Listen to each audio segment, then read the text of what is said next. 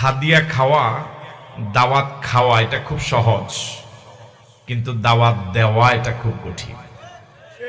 আপনারা কি আসছেন না ঘুমায় গেছেন?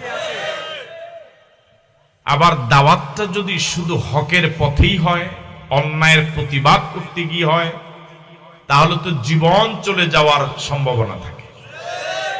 তাহলে দাওয়াতের ময়দানটা ফুল বিছানো না কণ্টকাকীর্ণ?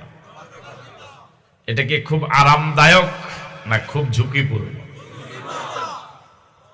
সব নবীরাই এই দাওয়াতের ময়দানে নিরলস পরিশ্রম করেছেন, বিনিময়ে চরম জুলুম এবং নির্যাতন শিকার হয়েছিলেন। কিন্তু এরপরেও শত নির্যাতন, সহস্র নির্যাতনের পরেও কোন নবী দাওয়াতের ময়দান থেকে সরে যান। হযরত নূহ আলাইহিস